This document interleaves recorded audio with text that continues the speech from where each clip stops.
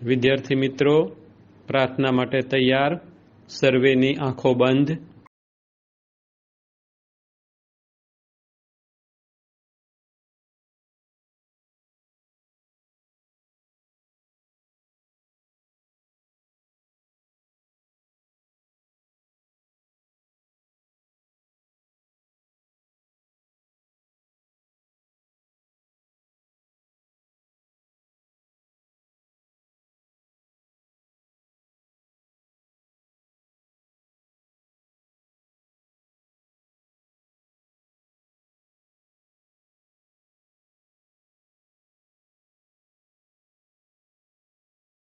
Friends, if you rest, you rust. Remember this. નું નામ શું છે? સૂક્ષ્મજીવો, પણ કયા ફિલ્ડમાં? માનવ કલ્યાણમાં. બરાબર. શબ્દ વિશે હવે આપણે વધારે કઈ વાત નથી કરવાના.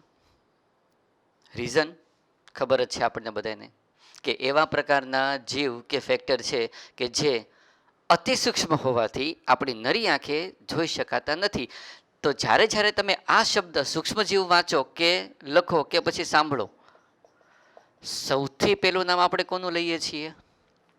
બેક્ટેરિયા. એનો મતલબ જીવાણુ.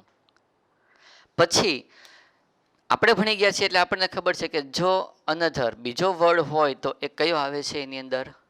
ફૂગ. હવે આ જે ફૂગ શબ્દ લખ્યો એમાં બધાય સભ્ય પાછા એક કોષી કે સૂક્ષ્મજીવી નથી. એમાંથી ઘણી બધી ફૂગ તમે જોયેલી છે આકૃતિ એ મુજબ ઘણી બધી જટિલ કક્ષાની પણ હોઈ શકે. પણ એમ છતાં તમે જ્યારે સૂક્ષ્મજીવ નામનો શબ્દ વાપરો તો ફૂગને એમાં ઇન્ક્લુડ તો કરો જ છો. એક સવાલ આપણે પૂછી લઈએ. એવી કઈ સૃષ્ટિ છે મિત્રો કે જેની અંદર સમાવાતા બધા જ સજીવો, બધાય સજીવો સૂક્ષ્મદર્શી છે? અથવા તો સૂક્ષ્મજીવોને સાંકળતી હોય એવી સૃષ્ટિ કઈ? જવાબ આવ્યો માઇન્ડમાં? એક મોનેરા, જેની અંદર કોનો સમાવેશ થાય છે? બધા બેક્ટેરિયા. સેકન્ડ પ્રોટિસ્ટા, યાદ કરો, અમીબોઇડ, કશાધારી, ક્રિસોફાઇટ્સ, આ બધા સજીવો જે છે એ એક કોષી હોવાથી આપણે એને કોની અંદર મૂકેલા છે તો કે ભાઈ એ પ્રોટિસ્ટામાં. પણ મોનેરા અને પ્રોટિસ્ટામાં ડિફરન્સ તમે જોવા જાઓ તો આપણને ખબર જ છે હવે કે ભાઈ કોષ કેન્દ્ર પટલનો ડેવલપમેન્ટ કેવી રીતે છે. બરાબર. તમે લોકો ભણી ગયેલા છો એટલા માટે બહુ વધારે ચર્ચા નથી કરતા. સેમ એવી રીતે તમે જોઈ શકો છો કોની બાબત? ફૂગની. એક કોષી પણ હોય. જાણતા અજાણતા તમે આ જે બેક્ટેરિયા કે ફૂગ છે એને તમારા રોજિંદા કાર્યમાં પણ ઇન્ક્લુડ કરો છો. તમે એને રોજિંદા ખોરાકમાં પણ ઇન્ક્લુડ કર્યો છો, કારણ કે એની મદદથી કંઈક ખોરાક બને છે, એની ગુણવત્તા સુધરે છે, આપણી ઇમ્યુનિટી વધે છે, ઘણું બધું થાય છે. જેમ જેમ આગળ આપણે ભણતા જશું એમ એમ આ બેક્ટેરિયા, ફૂગ અને ત્રીજું નામ જે હું અહીંયા લખું છું, જે આખી દુનિયા હવે એને જાણતી થઈ ગઈ છે, કયો શબ્દ છે? વાયરસ. પણ હું એ વાયરસની વાત નથી કરવાનો. આપણે અહીંયા આ જે શબ્દ લખેલો છે એ કયા વાયરસની વાત કરવાના છીએ કે જે માનવ કલ્યાણ માટે થઈને ઉપયોગમાં લેવાના છે એ વાયરસની. ઘણા બધા હોય, બુકમાં જેટલું કીધેલું છે આપણે એટલું ખાલી વાત કરવાના છીએ. રેડી એટલું? બરાબર. સેકન્ડ મેટર કે જે અહીંયા 3 નામ લખેલા છે એ સિવાય જો હું અહીંયા ચોથું નામ લખવાની ટ્રાય કરું તો કયું નામ આવવાનું છે? પ્રિયોન્સ. ચલો ઓકે. હવે આપણે જોઈએ કેમિકલ્સ, એન્ઝાઇમ્સ અને અન્ય ઘણા બધા એવા હોય કે જે જૈવ સક્રિય અણુઓના નિર્માણની અંદર અથવા તો એના આપણે પ્રોડક્શનમાં સૂક્ષ્મજીવનો ઉપયોગ કરતા હોઈએ. હું અત્યારે છે નામ લખી નાખું કે આપણે હવે જે યાદ રાખવાનું છે એમાં કોનો કોનો સમાવેશ કરવાનો છે. તો કે ભાઈ સૌથી પહેલી વાત આપણે કરવાના છીએ કોની વાત? અમુક પ્રકારના કાર્બનિક એસિડ. બરાબર. પછી આલ્કોહોલ. કોની કોની વાત કરવાના છે આપણે? કાર્બનિક એસિડ અને આલ્કોહોલ અને ઘણા બધા બીજા ખાસ પ્રકારના એવા દ્રવ્યો કે જે તમારે યાદ રાખવાના છે. બરાબર. એના ઉત્પાદનમાં આપણે કેવી રીતે સૂક્ષ્મજીવોને વાપરીએ છીએ. નામ લખું પેલું.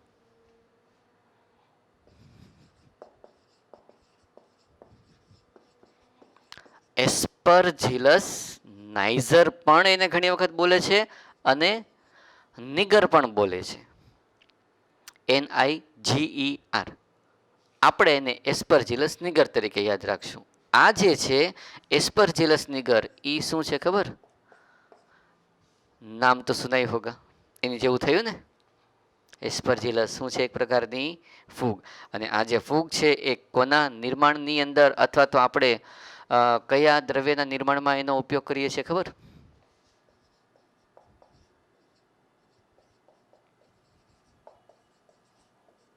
Citric acid.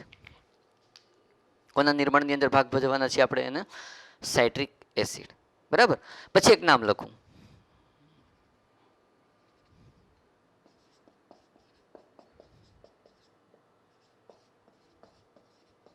ક્લોસ્ટ્રીડિયમ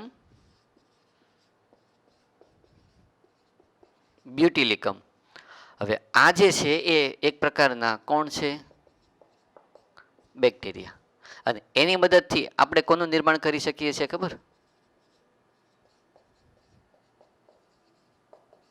બ્યુટેરિક એસિડ. જો આ બધા જે છે એ કઈ કેટેગરીમાં આવે છે? કાર્બનિક એસિડ.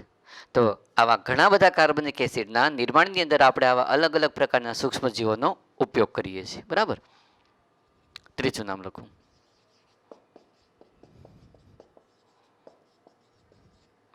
એઝેટોબેક્ટર એસિટી. કોણ છે આ? બેક્ટેરિયા. કોના નિર્માણની અંદર ભાગ ભજવે છે અથવા તો આપણે ઉપયોગ કરીએ છીએ? Acetic acid. નામ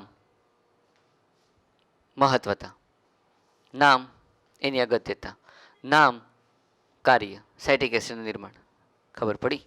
બરાબર. હવે એક નામ લખું.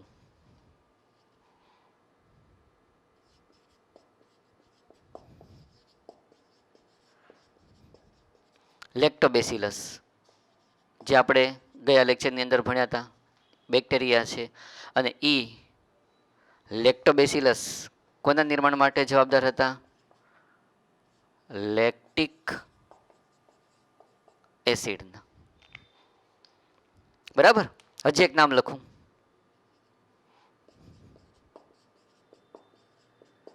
સેકેરોમાઇસિસ સેરિવિસી. લખી નાખું કાઉન્સમાં. શું હતું આ? યીસ્ટ. અને એના દ્વારા આપણે કોનું નિર્માણ યાદ રાખવાનું છે? ઇથેનોલ. આલ્કોહોલ થઈ ગયું એક પ્રકારનું. આ સમજાણું તમને? બરાબર. તમારે ખાલી યાદ રાખવાની મેટર કઈ આવી? તો કે ભાઈ કયું સૂક્ષ્મજીવ છે અને એની મદદથી તમે કોનું નિર્માણ કરી શકો છો. આ એક આપણી માટે કદાચ થોડુંક એવું લાગે કે જે યાદ રાખવા માટે થઈને અત્યારના લેવલે અઘરું. એસ્પરજીલસ નિગર ફૂગ છે, નિર્માણ શું કરે છે? Citric acid. પણ બાકીના બધા નામ તમે જુઓ ને તો ખબર પડે કે ભાઈ ક્લોસ્ટ્રીડિયમ બ્યુટિલિકમ. બ્યુટેરિક એસિડ નામની હારે મેચ થતો શબ્દ છે ને. એઝેટોબેક્ટર એસિટી, એસિટિક એસિડ. આ બે તો આપણે ઓલરેડી ખ્યાલ જ છે. બરાબર. હજી એક આપણે જોઈએ. ઉસેચકોની વાત કરીએ તો હું અહીંયા લખું છું એક નામ, લાઇપેસ. યાદ છે? લાઇપેસ એક પ્રકારનો ડાયજેસ્ટિવ એન્ઝાઇમ, પાચક ઉસેચક, જે કોનું પાચન કરવા માટે જવાબદાર છે? લિપિડ. લિપિડનું પાચન થશે એટલે શું મળશે? એમાંથી ફેટી એસિડ, ગ્લિસરોલ અને આગળની બધી પ્રોસેસ ઓલરેડી તમે 16મા પાઠમાં ભણી ગયા, પાચનવાળા પાઠમાં. પણ આ જે લાઇપેસ છે ને એ પાછું ઇન્ડસ્ટ્રીયલ લેવલે પણ ઉપયોગમાં લેવાય છે. ખાસ કરીને કોણ એનો ઉપયોગ કરે ખબર?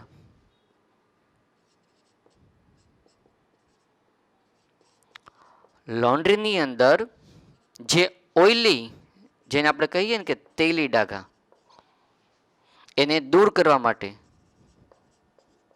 આ લાઇપેઝનો ઉપયોગ થાય. હારે હારે ડિટર્જન્ટમાં પણ એનો ઉપયોગ થતો હોય છે. કઈ રીતે? લોન્ડ્રીમાં તેલી ડાઘા દૂર કરવા. કઈ રીતે? એક સિમ્પલ મેથડ તમને કહું કે લાઇપેઝ જે છે ને એનું આખું એક પ્રકારનું આપણે કહીએ ને કે રસાયણ સોલ્યુશન જે છે બનાવેલું હોય. કપડા ઉપર જ્યારે આપણે શાક, દાળ ભાત કેવા તેલના જ્યારે ડાઘા પડેલા હોય, કારણ કે શાકમાં તેલ તો હોવાનું જ તે, ત્યારે એ જલ્દીથી રિમૂવ નહીં થાય. તો આપણે શું કરીએ ખબર, એ કપડાં લોન્ડ્રીમાં ધોવા નાખીએ છીએ. એ લોકો કામ શું કરશે ખબર, લાઇપેસનું સોલ્યુશન હોય એ તેલવાળા જે ડાઘા હોય ને એની ઉપર રાખશે, એની ઉપર છાંટશે કે એ આખે આખા સોલ્યુશનમાં કપડાને બોળી દેશે. લોન્ડ્રીમાં આ પ્રોસેસ થાય. હવે લાઇપેસ જે છે એ કોની ઉપર કામ કરે છે, તો કે ભાઈ લિપિડ, તેલ પણ એનો જ એક પ્રકાર છે ને. એટલે લાઇપેસ આ જે લિપિડ છે, જે તેલ છે, એને શું કરશે, એનું ડાયજેશન કરશે અને પછી પાણીની સાથે જ્યારે એ મોનોમરમાં રૂપાંતરિત થશે ડાયજેશન થયા બાદ, એટલે પાણી સાથે એનો નિકાલ થશે. એ લાઇપેઝ આપણે ઇન્ડસ્ટ્રીયલ લેવલે નિર્માણ કરીએ છીએ. આપણા શરીરમાં જે થાય છે એ વાત અલગ છે શરીરમાં, પણ આ લાઇપેઝ પાછો આપણે કયા ક્ષેત્રની વાત કરી, ઇન્ડસ્ટ્રીયલ લેવલે. કઈ રીતે ઉપયોગમાં લેવામાં આવે છે, લોન્ડ્રીમાં તેલી ડાઘા દૂર કરવા માટે થઈને.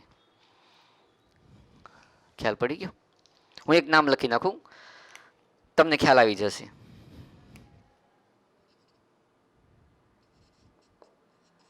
પ્રોટીએઝ અને પેક્ટિનેઝ. અને બહુ સિમ્પલ શોર્ટ ફોર્મમાં લખી નાખું છું, ખાલી ફ્રૂટ જ્યુસ એની બોટલ, બરાબર. કોનું પાચન કરશે? પ્રોટીન. પેક્ટિનેઝ શબ્દ તો ખબર પડી જાય કે આ કોના પાચન માટે જવાબદાર હશે, પેક્ટિન. હવે આપણને પેક્ટિન ક્યાં જોવા મળે છે? સેલ વોલ, વનસ્પતિ કોષની કોષ દિવાલમાં. તમે એક વાર છે ને માર્ક કરજો કે જ્યારે તમે બજારની અંદર પેલું ફ્રૂટ અને જ્યુસની જે ઓલા શરબતના બાટલા આપણે કહીએ ને એ લેવા જઈએ તો જોજો એકદમ ટ્રાન્સપેરન્ટ ક્લિયર હશે. અને એ જ ટાઈપનું શરબત જ્યારે આપણે ઘરમાં જ્યારે બનાવતા હોય ને ત્યારે એટલું બધું ક્લિયર નહીં હોય. રીઝન કે જે બજારમાં ફ્રૂટ જ્યુસની બોટલ અવેલેબલ હોય છે એને આ પ્રોટીઝ અને પેક્ટિનેઝની સારવાર આપેલી હોય, એ ઉસેચકો એમાં નાખેલા હોય. એટલે થયું શું હોય તો કે ભાઈ પેક્ટિનનું ડાયજેશન થઈ ગયેલું હોય. થયું શું હોય તો કે ભાઈ વનસ્પતિ કોષમાં જે કોષ દિવાલમાં જે પ્રોટીન હશે એને પણ ડાયજેશન થઈ ગયું હોય આની મદદથી. એટલે એ બધા ફ્રૂટ જ્યુસ તમને કેવા દેખાય? ક્લિયર દેખાય.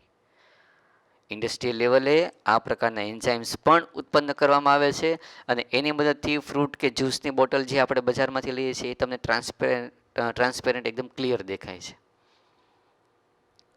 વાત ખબર પડી? બરાબર.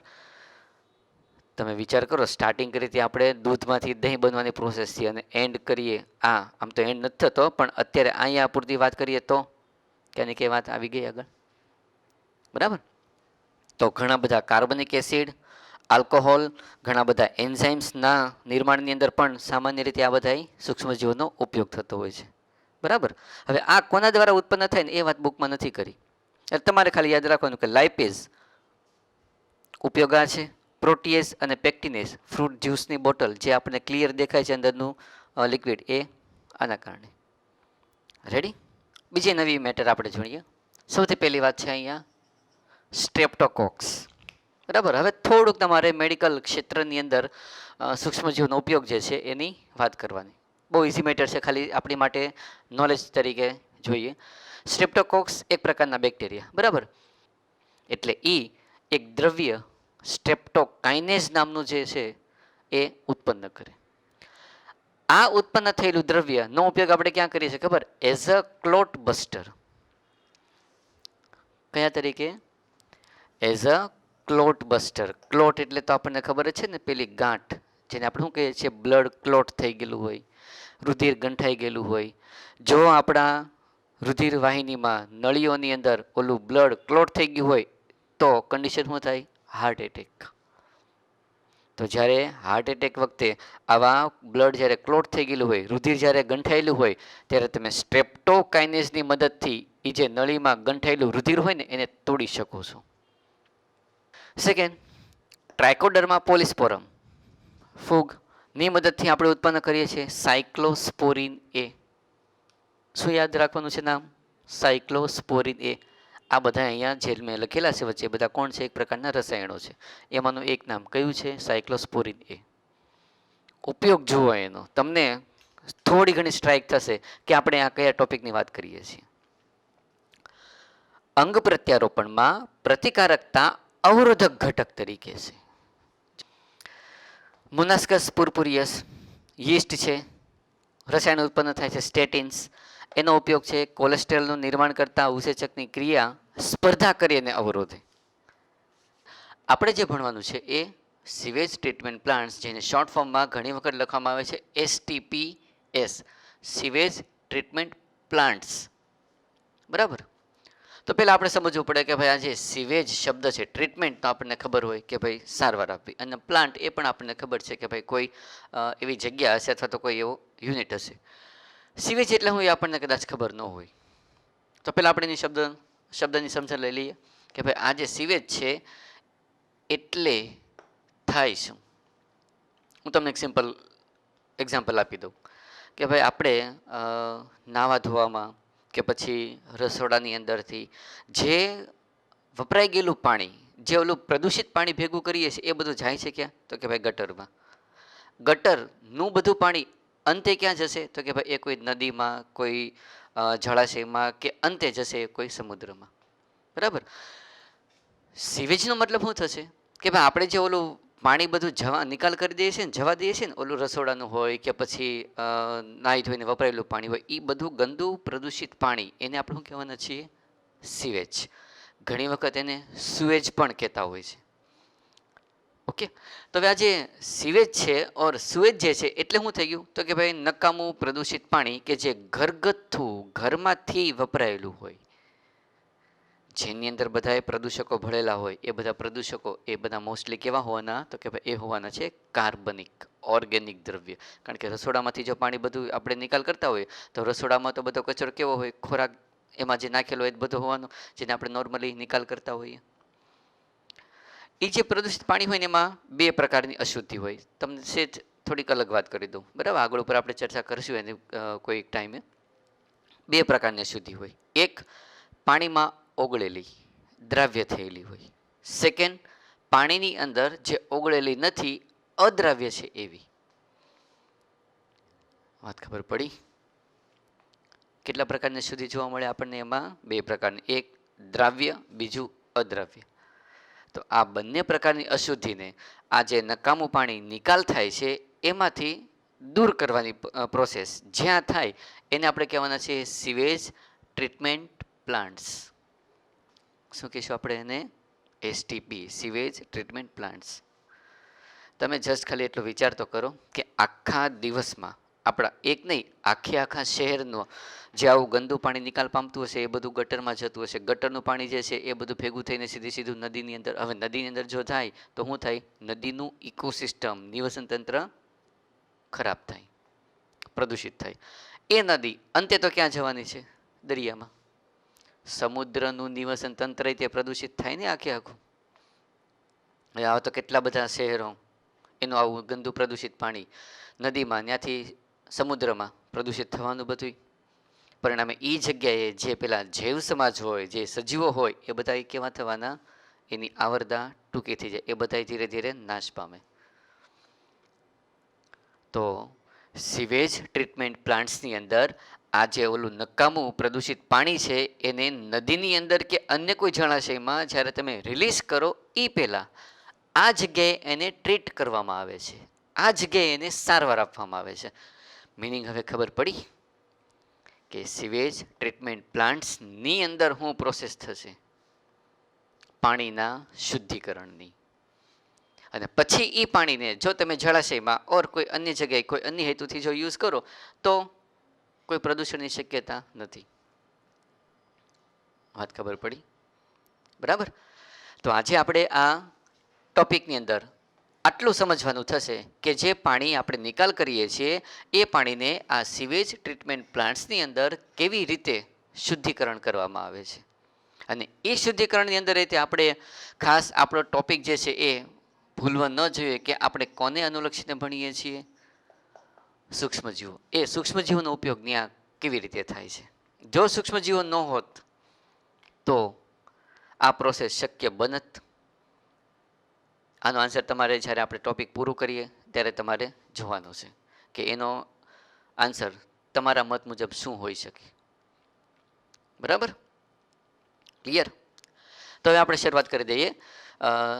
ગંદા પાણીના શુદ્ધિકરણ માટેની પ્રોસેસ જ્યાં થાય છે એ જગ્યા સીવેજ ટ્રીટમેન્ટ પ્લાન્ટ્સ. મોસ્ટલી જો જોવા જઈએ તો ગંગા કે પછી યમુના કે પછી એવી જે મોટી મોટી નદીઓ છે કે જેમાં શહેરોનું પ્રદૂષિત પાણી આખે આખું ત્યાં ઠલવાતું હોય, પરિણામે એ પાણીની અંદર પ્રદૂષણની માત્રા વધતી હોય છે. તો Ganga action plant, Yamuna action plant, આ બધું શું છે? પાણીના શુદ્ધિકરણની પ્રોસેસ જ છે. તો એવા બધા શહેરોની અંદર આવા પ્લાન્ટ હોવા જોઈએ. કારણ કે શહેરોમાંથી જે ગંદુ પ્રદૂષિત પાણી આવે છે એ તો હજારો ગેલન હોવાનું ને, અને એ બધું જો પાણી સીધું ઠલવાય તો નદીઓનું આયુષ્ય જે છે, મતલબ કે નદીઓનું પાણી જેટલું શુદ્ધ રહેવું જોઈએ લાંબો સમય, એ નહીં રહી શકે. પીવાના પાણીનો સોર્સ, જેને કહીએ છીએ કે સ્ત્રોત, મીઠું પાણી, આવા નદી અને બધા જળાશય એ બધા ધીરે ધીરે નાશ પામતા જાય. તો આપણા હાથમાં શું છે? તો કે ભાઈ એ પાણીને પહેલાં સારવાર આપવી. કઈ રીતે સારવાર આપવામાં આવે છે એ આપણે જોઈએ.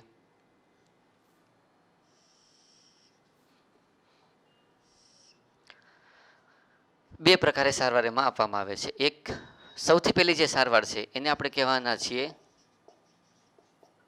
પ્રાથમિક સારવાર અથવા તો પ્રાઇમરી ટ્રીટમેન્ટ, બરાબર. અને બીજી જે છે, સિમ્પલ થઈ ગયું ને, એ તો કઈ સારવાર થઈ ગઈ?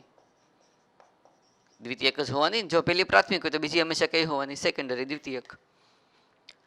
ત્રીજી બુકમાં નથી આપેલી, આપણે જસ્ટ એની એક નાની એવી ચર્ચા કરી લઈશું, બરાબર, કે જેથી તમને આ બાબતનું નોલેજ થોડુંક અપ થાય. તો અત્યારે આપણે આગળ વધીએ કે પ્રાથમિક સારવારની અંદર આ જે સીવેજ છે ઓર જે નકામું પાણી છે એને શું કરવામાં આવે છે.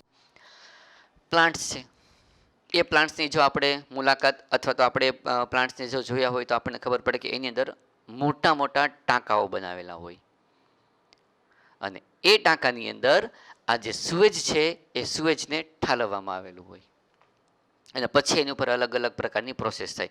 એક ટાંકામાંથી એક પ્રોસેસ પૂરી થાય પછી એ બધું જે ગંદુ પાણી હોય એને વળી પાછી બીજામાં ટ્રાન્સફર કરવામાં આવે. ત્યાં એને લગતી જે પ્રોસેસ પૂરો થાય ત્યાંથી વળી પાછી બીજા ટાંકામાં.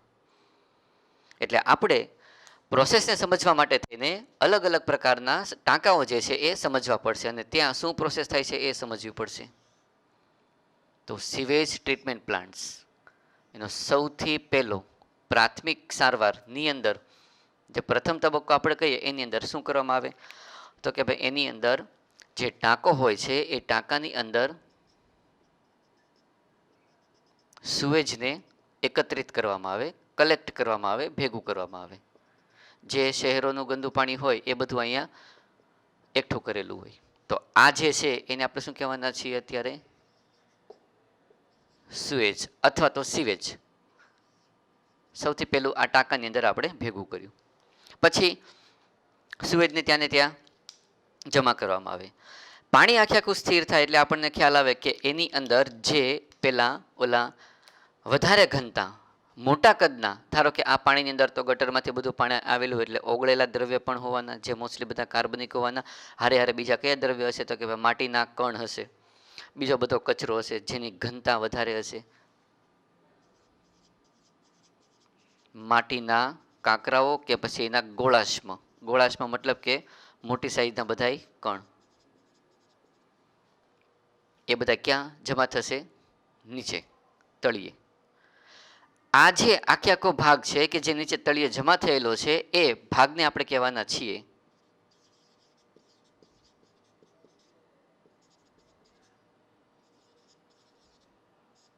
અવસાદિત દ્રવ્ય. શું કહેશું એને આપણે? અવસાદિત. અવસાદન થવું એટલે હું? તો કે તળિયે જમા થવું, બીજું કાંઈ નહીં. તો અહીંયા શું થયું? પાણીમાં જે મોટા કદના કણ હતા એ બધા ક્યાં થયા? નીચે જમા થઈ ગયા, બરાબર.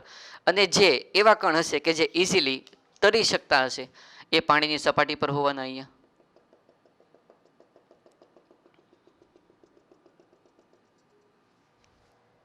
તો આ જે કણ છે એ બધા કેવા છે? તો કે પાણીની સપાટી પર ઇઝીલી ફ્લોટિંગ તરતા રહી શકે છે. આ બધા કણ છે એ કેવા છે? તો કે ભાઈ તળિયે જમા થયેલા છે.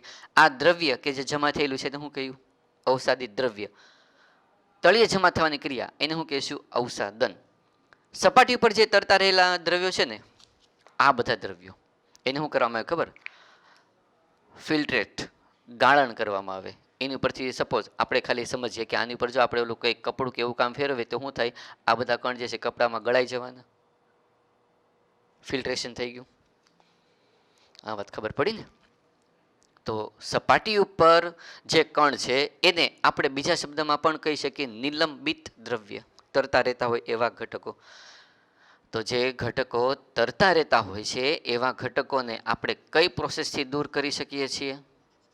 ગાળણ. જે નીચેની તરફ જમા થયેલા છે, તળિયે જમા થયેલા છે, એને આપણે કઈ પ્રોસેસથી દૂર કરી શકીએ છીએ? તો કે ભાઈ અવસાદન. તો પ્રાથમિક સારવારની અંદર સ્યુએજમાંથી કઈ પ્રોસેસ કરવામાં આવે છે? ગાળણ અને અવસાદન, ફિલ્ટ્રેશન અને સેડિમેન્ટેશન.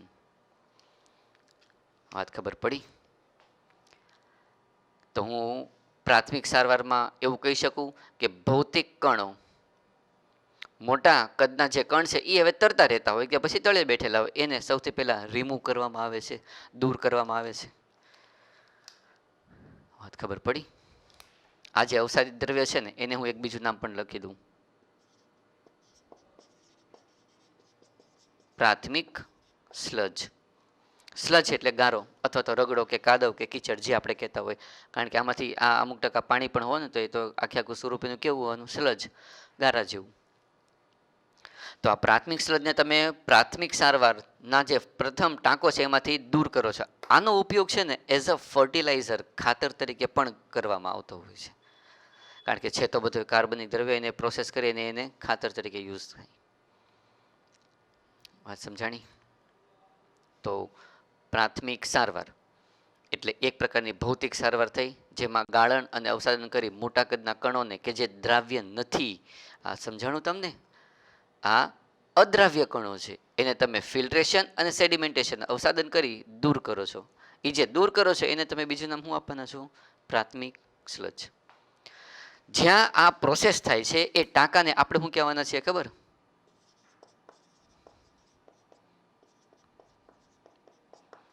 પ્રાઇમરી ટેન્ક, પ્રાથમિક ટાંકો, જ્યાં આવી સારવાર થઈ.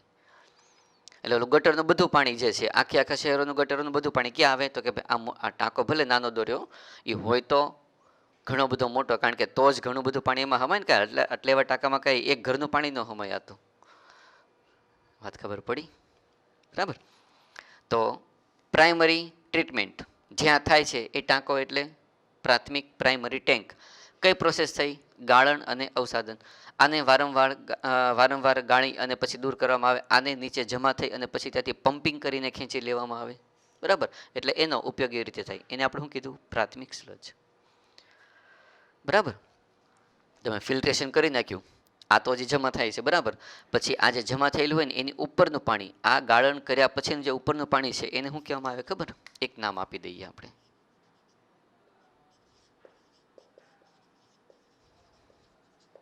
શું કહેશું એને આપણે? ઇફ્લુઅન્ટ. અવસાદિત દ્રવ્યની ઉપરનું જે પાણી છે એ પાણીને આપણે શું કહેવાના છીએ? ઇફ્લુઅન્ટ. અથવા તો બહિસ્ત્રાવી નિસ્યંદિત પાણી, આ એક નામ પણ બીજું તમારે યાદ રાખવાનું, ઇફ્લુઅન્ટનું બીજું નામ. બરાબર. તો હવે હું ખાલી એટલું કહી શકું ને કે આ જે ઇફ્લુઅન્ટ છે એ જ્યારે પ્રાઇમરી ટ્રીટમેન્ટમાંથી તમે દૂર કરશો, અલગ કરશો, ત્યારે એમાં આવા મોટા કદના કણો નહીં હોય, દૂર થઈ ગયા. ઘણી બધી અશુદ્ધિ જે છે દૂર થઈ ગઈ. સૌથી પહેલી સારવાર જ આવી થઈ ગઈ. ઓકે. હવે તો કે ભાઈ આ જે ઇફ્લુઅન્ટ હવે બચ્યું, કે જેમાં આ બધો કચરો આપણે દૂર કરી દીધો, એને આપણે કોઈ બીજા ટાંકાની અંદર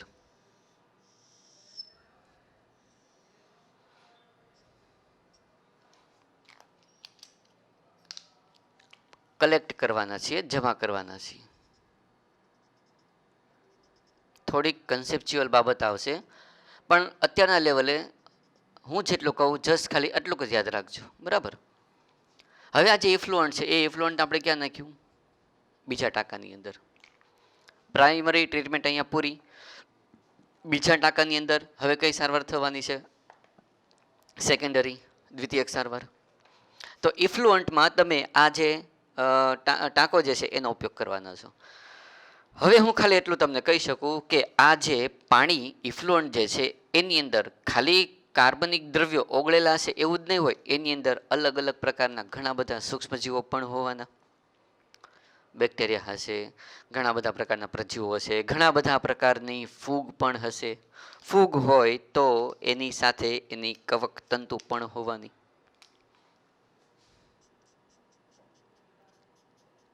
આ શું છે? કવક તંતુથી બનેલી કવક જાળ. બરાબર, મતલબ કે આ પાણી હજી છે ને શુદ્ધ નથી થયું, આને હજી આપણે કરવાનું છે, જેની અંદર હજી સૂક્ષ્મજીવો છે, જેની અંદર હજી કાર્બનિક દ્રવ્યો ઓગળેલા છે.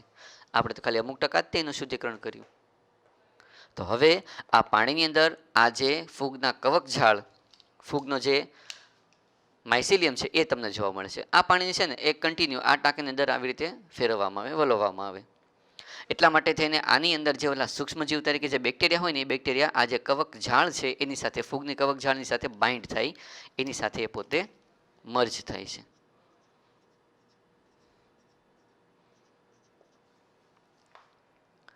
તો ફૂગના કવક ઝાડ અને બેક્ટેરિયાનું જે આખે આખું કોમ્બિનેશન બન્યું, એ કોમ્બિનેશનને આપણે એક નામ આપવાના છીએ. એને શું કહેશું ખબર? ફ્લોક્સ. શું કહેશું આપણે એને? ફ્લોક્સ. ફ્લોક્સ એટલે હું? ફૂગની કવક ઝાડ અને બેક્ટેરિયાનું કોમ્બિનેશન. રેડી? અને અગત્યની વિચારવા જેવી વાત કે આ જે ફ્લોક્સ છે ને એ ફ્લોક્સ પોતે કેવી છે ખબર? ઝારક શ્વસન કરે એવી. કેવું? ઝારક શ્વસન. એટલે એ કામ શું કરશે તો કે ભાઈ એ પોતાનો ખોરાક જે છે એ મેળવશે. હવે કોઈ પણ સજીવ હોય જીવતા રહેવા માટે તેને પોષક દ્રવ્ય તો જોઈએ જ તે પોષક દ્રવ્ય એને ક્યાંથી મળે તો કે ભાઈ જે માધ્યમ છે એમાંથી. આની અંદર તો મેં તમને પહેલાં જ કીધું કે શું છે? કાર્બનિક દ્રવ્યો ઓગળેલા છે.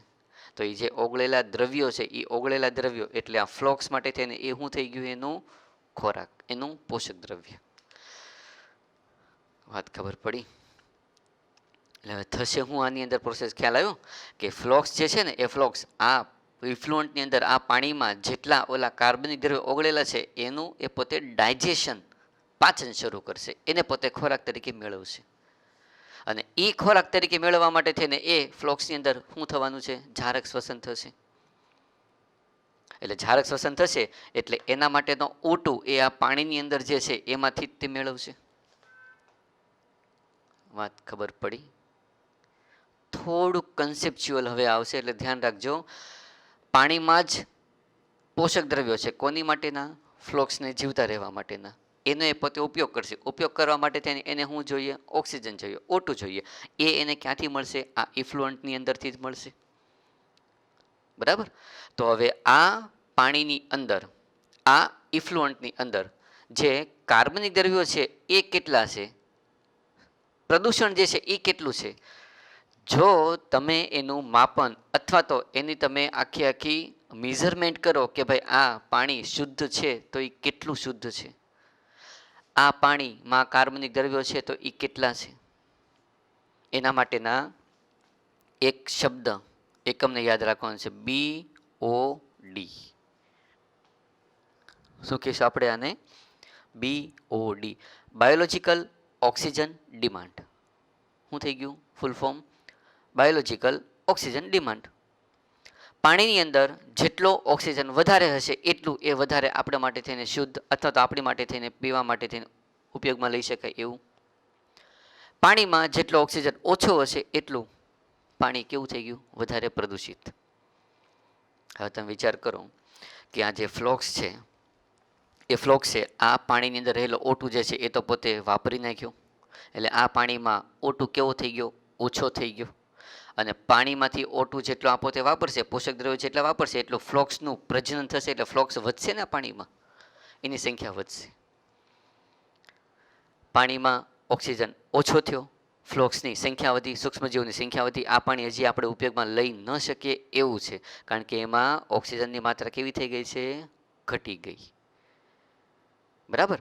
એનો મતલબ એમ થયો કે આ પાણીમાં ઓક્સિજનની માત્રા ઘટી તો આ પાણી ઓક્સિજનની ડિમાન્ડ વધારે કરે છે, ઓક્સિજનની જરૂરિયાત આ પાણીમાં વધારે છે જો આને ઉપયોગમાં લેવું હોય તો. વાત સમજાણું?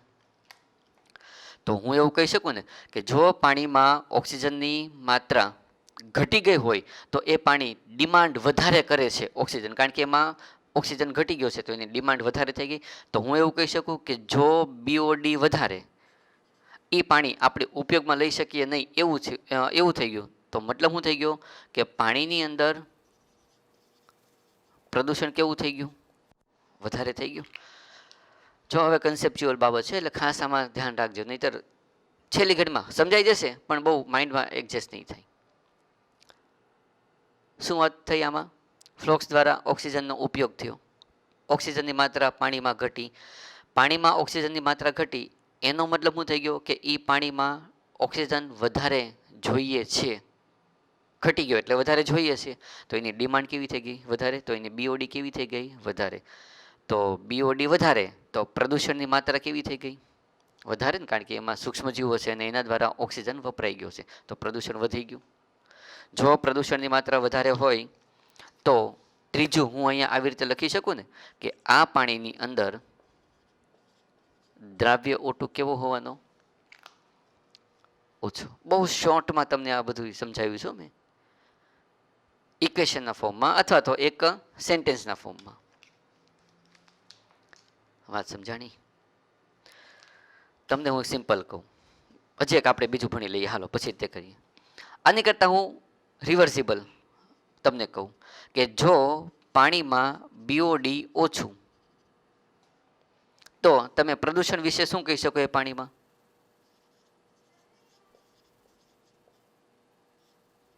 ઓછું, બરાબર. તો તમે દ્રાવ્ય ઓટુ વિશે શું કહી શકો? વધારે. જો આ ખબર પડી હોય તો આ તો બહુ ઇઝી થઈ ગયું કે જો બીઓડી ઓછી તો પાણીમાં પ્રદૂષણની માત્રા ઓછી અને એ પાણીમાં દ્રાવ્ય ઓટુ વધારે. તો હું ઇનડાયરેક્ટલી હવે તમને કહી શકું આ જે તમે ભણ્યા, જે તમે સમજ્યા એના પરથી કે બીઓડી ઓછી હોય એ પાણી વધારે શુદ્ધ હોય. ટોપિક ક્યાં હતો અને ક્યાં આવીને ઊભો રહી ગયો? અત્યારે કન્સેપ્ચ્યુઅલ મેટર ઉપર આવી ગયું થોડુંક.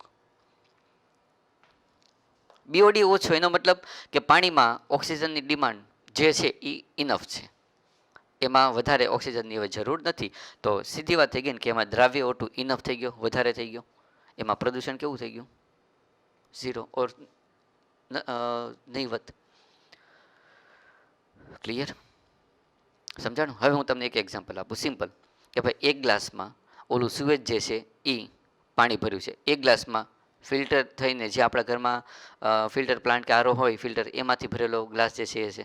તો આ બે પાણીમાંથી કયા પાણીની બીઓડી ઓછી હશે? ફિલ્ટર થયેલા પાણીને. શું કામ? કારણ કે એમાં દ્રાવ્ય ઓટુ કેવો છે? વધારે, ઇનફ, પૂરતા પ્રમાણમાં છે. તળાવવાળો જે ગ્લાસ ભરેલો છે કે જેમાં ઓલું સુએજનું પાણી ઠલવાયેલું છે એ પાણીના ગ્લાસમાં બીઓડી જે છે કેવી થઈ ગઈ? વધારે થઈ ગઈ. શું કામ? કારણ કે એમાં પ્રદૂષણ કેવું છે? વધારે. તો દ્રાવ્ય ઓટુ કેવો હોવાનો? ઓછો. શું કામ ઓછો છે? તો કે ભાઈ એ આ સૂક્ષ્મજીવો દ્વારા વપરાઈ ગયો છે. આપણે આ જ જરૂર છે કે સૂક્ષ્મજીવો દ્વારા એ ઓટુ જે છે એ વપરાય અને અંદર રહેલા કાર્બનિક દ્રવ્યો એ પોતે પાચન કરે તો જ પાણીમાં ઓલા કાર્બનિક દ્રવ્યોની અશુદ્ધિ દૂર થાય ને, ઓછી થાય ને. એ તો આપણે પાણીનું શુદ્ધિકરણમાં વાપરવાનું છે પોઈન્ટ. વાત સમજાણી? ક્લિયર? બરાબર. તો ફ્લોક્સ દ્વારા અહીંયા શું કામ થયું? વળી પાછો આપણે જે ટાંકાની અંદર વાત કરતા હતા આ થોડું કન્સેપ્ચ્યુઅલ આવી ગયું. બરાબર. ફ્લોક્સ દ્વારા શું કામ થયું?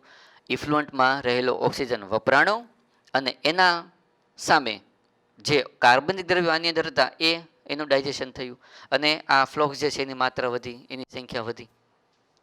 અહીંયા તો ઝારક શ્વસનની પ્રોસેસ થઈ. તો આ જે ટાંકો છે એ ટાંકાને આપણે શું કહેવાના છીએ? Aerobic tank is equal to શું કહેશું એને? ઝારક ટાંકો.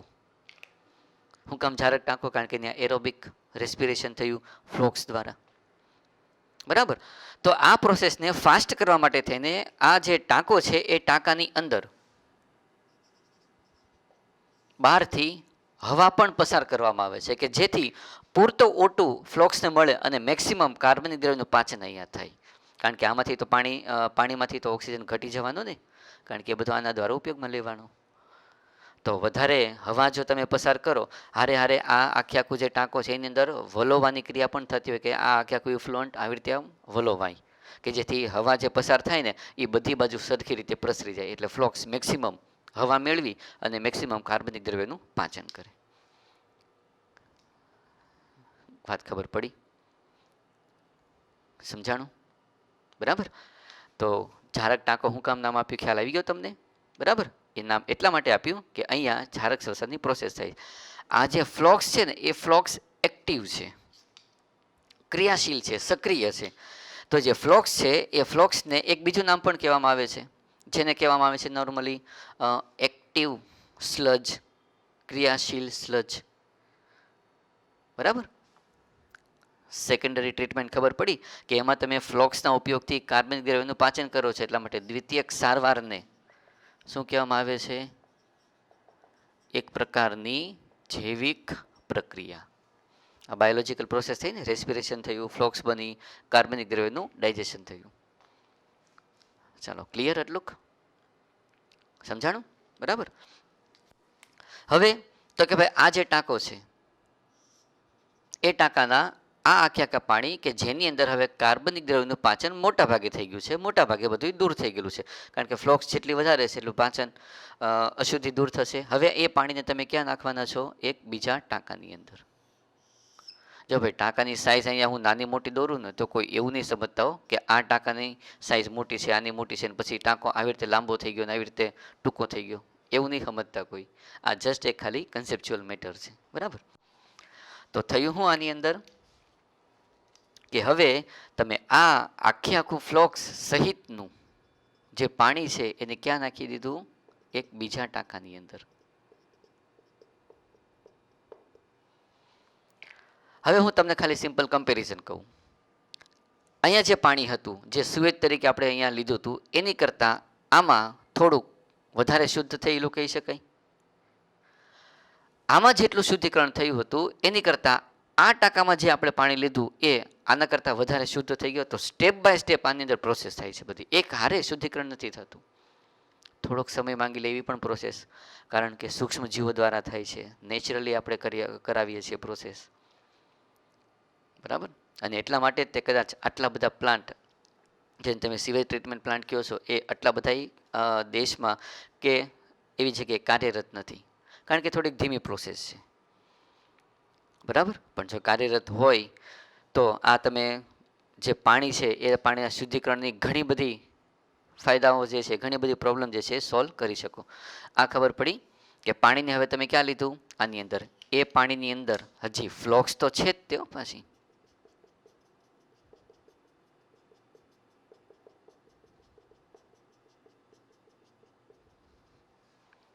તો આ જે ફ્લોક્સ અહીંયા આપણે મૂકેલી છે એ ફ્લોક્સ, આ જે ટાંકો છે એની અંદર શું કરવામાં આવે ખબર? કે આ જે આખી આખી ફ્લોક્સ સહિતનું પાણી છે એ પાણીને સેટલ થવા દેવામાં આવે, સ્થિર થવા દેવામાં આવે, એકદમ સ્થિર થાય એવી અહીંયા આ ટાંકામાં પ્રોસેસ કરવામાં આવે. બરાબર. એક સમય એવો પણ આવે કે આ ટાંકાની અંદર આમાંથી જે પાણી આપણે આમાં લીધું હોય એ સમય દરમિયાન આપણે આમાં સરખી રીતે ઓક્સિજન પ્રોવાઈડ કરેલો હોય. હવે અહીંયા જેટલો ઓક્સિજન હોય એની કરતાં આમાં ઓક્સિજન આપણે એક સમય વધારે આપ્યો હોય. શું કામ? કે જેથી ફ્લોક્સ મેક્સિમમ રેસ્પિરેશન કરી શકે, સંખ્યા વધી શકે. તો જો ઓક્સિજન વધારે મળ્યો હોય તો સીધી વાત થઈ ગઈ કે એની બીઓડી એ સમય કેવી હોવાની? ઘટાડી દીધેલી કહી શકીએ, અથવા તો ઓછી કરી નાખી એવું કહી શકીએ. એટલે જરૂરત પડે, જરૂર સમયે ત્યારે આ જે ઇફ્લુઅન્ટ છે, આ જે પાણી છે એની અંદર આપણે શું કરેલું હોવાનું? બીઓડી ઘટાડી દીધેલી હોવાની, કે જેથી મેક્સિમમ એની અંદર આપણને ફ્લોક્સ મળી શકે. હવે તમે આ પાણીને જે છે શું કરેલું છે? સ્થિર થવા દીધું, એકદમ સેટલ થવા દીધું. તો આ ટાંકાની અંદર કઈ પ્રોસેસ થઈ? સેટલ થવાની. તો ટાંકાને આપણે શું કહેવાના છીએ? સેટલિંગ ટાંકો. શું કહેશું એને? સેટલિંગ ટાંકો. બરાબર. પાણીમાં સ્થિર થયું બધું, એટલા માટે આ જે ફ્લોક્સ છે એ બધી ક્યાં જમા થશે? મોટાભાગની ફ્લોક્સ તો તળિયે જમા થશે. તળિયે જમા થયેલી ફ્લોક્સ જે છે એ ફ્લોક્સને મેં અહીંયા તમને કીધું એ રીતે આપણે એક નામ આપવાના છીએ. શું કહેશું એને? એક્ટિવ સ્લજ, અથવા તો એને નામ શું આપશું? ક્રિયાશીલ સ્લજ. બરાબર. હવે એક મજાની મેટર છે, જોજો. એક ખાલી સેન્ટેન્સ જ છે, પણ સમજવા જેવું છે.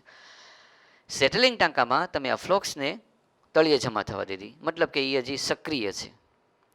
હવે તમે વિચાર કરો કે બહુ કરોડો લોકો જ્યાં રહેતા હોય એવું એક મોટું શહેર છે, લાખો લોકો રહેતા હોય એવું મોટું શહેર છે, ત્યાંના લોકો દ્વારા આવું ગંદુ પાણી સતત નિકાલ પામતું હોય, તો આટલા લાખો લોકોના જે શહેર હોય એ શહેરોમાં આવું કાંઈ એક જ પ્લાન્ટ થોડો હોય, વધારે હોવાના ને પ્લાન્ટ. વાત ખબર પડી?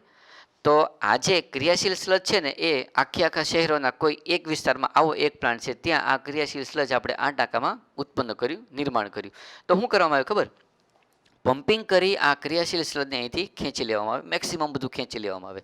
એ તો એક ગારાના ફોર્મમાં જોવાનું છે, કાદવ કે કીચડના ફોર્મમાં જોવાનું છે. તો અહીંયાથી જે તમે પમ્પિંગ કરીને એને ખેંચી લીધું, પછી ખેંચીને તમે શું કરશો? આને શું કરવામાં આવે ખબર? કે એ જે આખું ક્રિયાશીલ સ્લજ છે એ ક્રિયાશીલ સ્લજને કોઈ શહેરના કોઈ બીજા વિસ્તારમાં જે આવો પ્લાન્ટ હોય ત્યાં સીધું આ ટાંકામાં નાખી દેવામાં આવે. આ વાત ખબર પડી? શું કર્યું? અહીંયાથી પમ્પિંગ કરી અને ખેંચી લીધું, અને બીજો આવો પ્લાન્ટ જ્યાં હોય ત્યાં ઝારક ટાંકો તો હોવાનો જ તે, એ ટાંકામાં સીધી નાખી દેવામાં આવે. એટલે અહીંયા જે પ્રોસેસ થઈ વધારે ફાસ્ટ થાય ને એ જગ્યાએ. વાત ખબર પડી? તમે કોઈ એક મોટું સિટી જુઓ, કે ભાઈ કલ્પના કરો કે ચાલો એક દિલ્હી છે, બરાબર? દિલ્હીમાં આવો એક પ્લાન્ટ તો હોવાના નથી, કેટલા બધા પ્લાન્ટ હોવાના. તો એક પ્લાન્ટના સેટલિંગ ટાંકાની અંદરથી તમે ક્રિયાશીલ સ્લજને પમ્પિંગ કરી ખેંચી લીધી, તમે કોઈ ટ્રકના કે કોઈ એવા કન્ટેનર હોય એની અંદર આ સ્લજને બધી ભરી અને ક્યાં નાખવાના છો? બીજી જગ્યાએ જે પ્લાન્ટ હોય છે ત્યાં તમે ક્યાં નાખશો? આવા ટાંકામાં. તો જેટલી ફ્લોક્સ વધારે હશે એટલું અહીંયા ઝડપી પ્રોસેસ થશે કાર્બનિક દ્રવ્યના ઓગળવાની, કાર્બનિક દ્રવ્યના ડાયજેશનની. વાત સમજાણી આખી કે સૂક્ષ્મ જીવો પાણીના શુદ્ધિકરણમાં પણ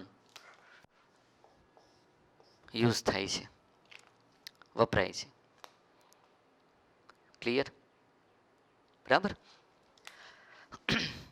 હવે આમાંથી મોટાભાગનો જે આ ફ્લોક્સ છે એને તમે પમ્પિંગ કરીને ખેંચી લીધી. એટલે હવે આ જે આખો ટાંકો છે એ ટાંકાનું પાણી એક મોટા ટાંકાની અંદર વળી પાછું ટ્રાન્સફર કરવામાં આવે.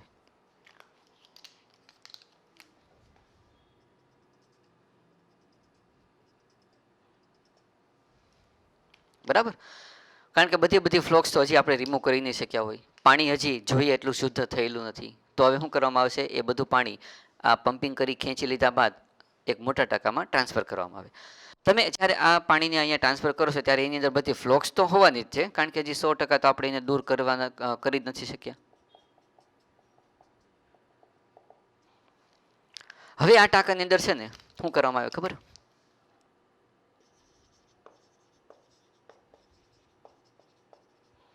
અજારક શ્વસન કરતા બેક્ટેરિયા આની અંદર નાખવામાં આવે. કયા બેક્ટેરિયા નાખવામાં આવે છે? એનેરોબિક, અજારક શ્વસન કરતા બેક્ટેરિયા. અને એ બેક્ટેરિયાને આની અંદર નાખ્યા બાદ આ ટાંકાને પેક કરી દેવામાં આવે, બંધ કરી દેવામાં આવે. આ તો ઓલા બાયોગેસ પ્લાન્ટ જેવું નથી કે ઉપરથી ટાંકાને આખો પેક કરી દેવામાં આવ્યો. એની અંદર ઓલા મિથિનોજેન્સ નામના બેક્ટેરિયા હતા.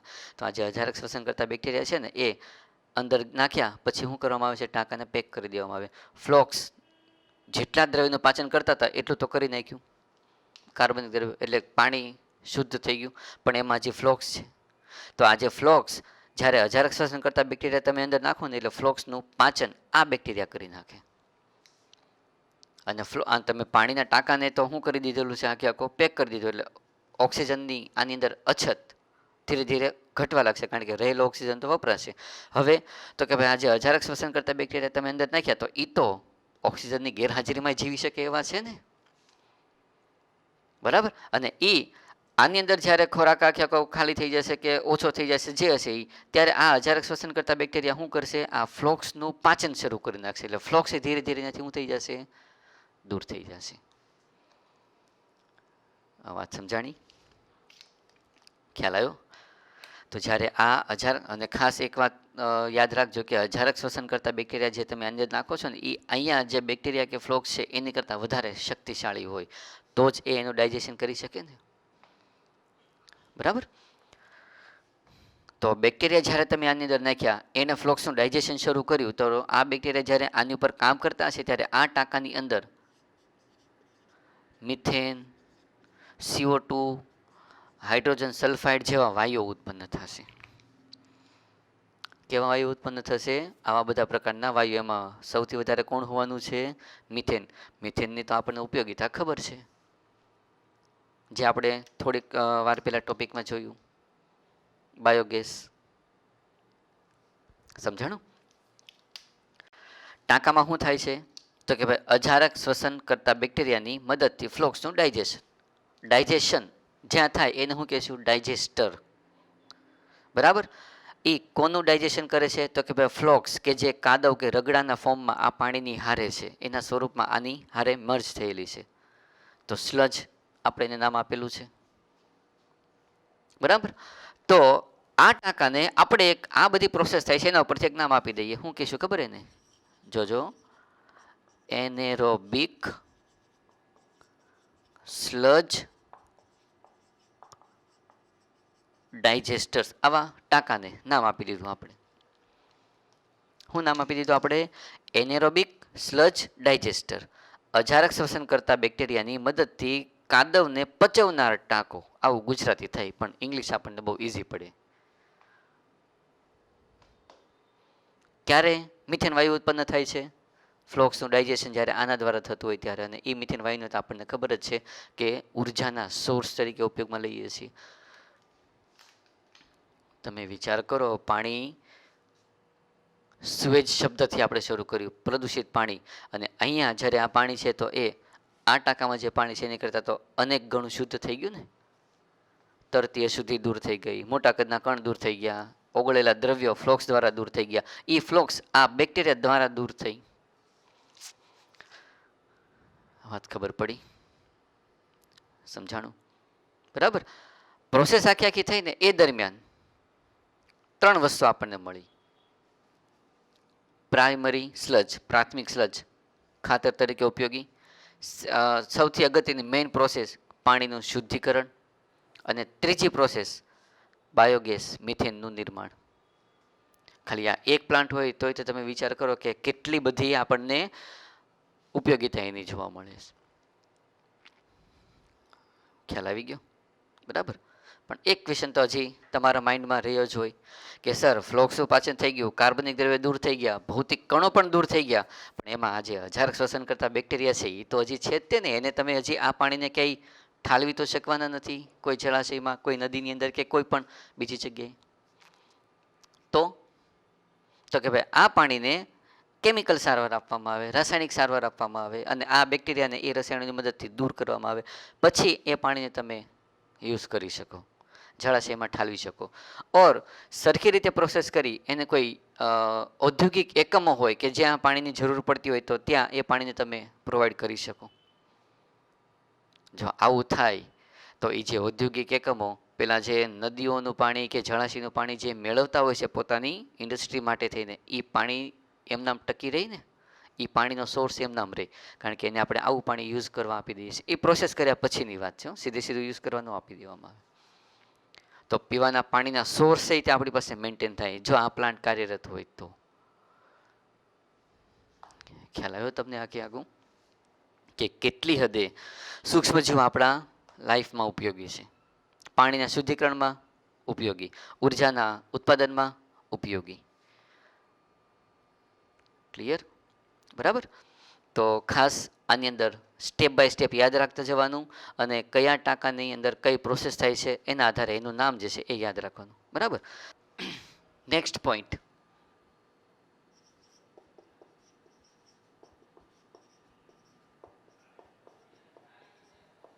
જૈવિક નિયંત્રણમાં સૂક્ષ્મજીવો. બરાબર. બાયોલોજિકલ કંટ્રોલમાં ક્યાં આનો સૌથી વધારે ઉપયોગ થાય? તો કે ભાઈ એ ઉપયોગ થાય છે ખેતીવાડી ક્ષેત્રમાં, કારણ કે ત્યાં તમારે સજીવોનું નિયંત્રણ કરવાનું હોય છે. કઈ રીતે સાહેબ નિયંત્રણની વાત કરી તમે? તો કે ભાઈ હું તમને એક સિમ્પલ કહું. તમે ચેપ્ટર નંબર 9ની અંદર ભણી ગયા કે ભાઈ ફૂગ વનસ્પતિને રોગ કરે, બેક્ટેરિયા રોગ કરે, અલગ અલગ પ્રકારની કીટક વનસ્પતિને રોગ કરે અને એના કારણે ઉત્પાદન ઓછું આવે. એ ઉત્પાદન ઓછું ન આવે એના માટે થઈને આપણે શું કરીએ છીએ? તો કે ભાઈ ફૂગનો નાશ કરવા માટે દવાઓ છાંટીએ છીએ. એક્ઝામ્પલ, ફૂગનાશક દવાઓ, ફંજીસાઇડ્સ. કીટકોનો નાશ કરવા માટે થઈને દવાઓ છાંટીએ છીએ. એક્ઝામ્પલ, ઇન્સેક્ટિસાઇડ્સ, કીટકનાશક. નીંદણ, જે વધારાની વનસ્પતિ હોય કે જે નુકસાન કરે એના નાશ માટે થઈને આપણે દવાઓ છાંટીએ છીએ, એને કહેવામાં આવે છે વીડીસાઇડ્સ, નીંદણ નાશક દવાઓ. તો અલગ અલગ સજીવોના કે જે હાનિકારક હોય, પાક ઉત્પાદન ઘટાડે એવા હોય, એના નાશ માટે થઈને આપણે શું કરીએ છીએ? તો કે ભાઈ એ છાંટીએ છીએ દવાઓ. ફૂગ માટે ફૂગનાશક, ફંજીસાઇડ્સ, ઇન્સેક્ટિસાઇડ્સ, વીડીસાઇડ્સ. આ બધી પેસ્ટિસાઇડ્સ કહેવામાં આવે છે કે જે પેસ્ટ, હાનિકારક દ્રવ્યોના, હાનિકારક સજીવોના નાશ માટે થઈને યુઝમાં લેવાતી હોય છે. પણ થાય શું ખબર? આપણી સૌથી આમ કહેવાય ને કે ભાઈ ખરાબ બાબત કે આપણે આ બધી દવાઓનો જ્યારે છંટકાવ કરતા હોઈએ છીએ ને ત્યારે આપણને એક બાજુથી પ્રોટેક્શન, એક બાજુથી આપણને સારામાં સારો ફાયદો થાય કે ભાઈ ઉત્પાદન વધે પાકનું. પણ હારે હારે ગેરફાયદો શું થાય ખબર? પર્યાવરણનું બેલેન્સ ખોરવાઈ જાય છે. નિવસન તંત્ર, એ જગ્યાનું આખે આખું શું થાય છે? પ્રદૂષણ થાય છે. કારણ કે આ બધા હોવાના હું એક પ્રકારના રાસાયણિક દ્રવ્યો. છંટકાવ કર્યો તો વનસ્પતિને ફાયદો થયો, પણ પછી એ દ્રવ્ય ક્યાં જાય? જમીનમાં જમા થતું જાય. અને એ જમીન આખે આખું ઉપરનું સ્તર કેવું થઈ જાય? ઉજ્જડ બની જાય અમુક ટાઈમ પછી. ઘણી વખત એવું થાય મિત્રો કે આપણે જ્યારે કોઈ દવાનો છંટકાવ કરતા હોય છે, ધારો કે કોઈ એક ઈયળ છે, એના નાશ માટે થઈને તમે દવાઓનો છંટકાવ કર્યો, તો એ દવા એ ઈયળનો તો નાશ કરે, પણ હારે હારે બીજી વનસ્પતિ, જે બીજા આપણી માટે થઈને ખેતીની અંદર ફાયદાકારક સજીવ હોય એનો તે નાશ કરી નાખે. એટલે ઇફેક્ટ આખી આખી એની કેવી થઈ ગઈ? નેગેટિવ. એટલે થાય શું? તો કે ભાઈ આવી પ્રકારની દવાઓ જ્યારે જ્યારે તમે યુઝ કરતા હોય, આ હું તમને બહુ શોર્ટ ફોર્મમાં કહું છું. આગળ જેમ જેમ આપણે 12મા ધોરણમાં આગળ નીકળતા જશે એમ તમને ખ્યાલ આવતો જશે કે જેમ જેમ તમે આ દવાઓનો છંટકાવ વધારે કરશો, તમને પાક ઉત્પાદન મે બી વધારે મળશે, પણ હારે હારે આપણું જે કુદરતી નિવસન તંત્ર છે એમાં પ્રદૂષણની માત્રા વધતી જશે. છંટકાવ કરશો એટલે જમીનની અંદર છંટકાવ કરશો એટલે એના જે ઓલા આપણે કહ્યું ને કે ભાઈ એરોસોલ, કે જે ઓલા સ્પ્રેના દ્વારા ઉત્પન્ન થયેલા બધા પાણીમાં ટીપાઓ એ હવામાં ફેલાય, પ્રદૂષણ વધ્યું. તો હવે આપણે શું કરવું? એક શબ્દ લખું,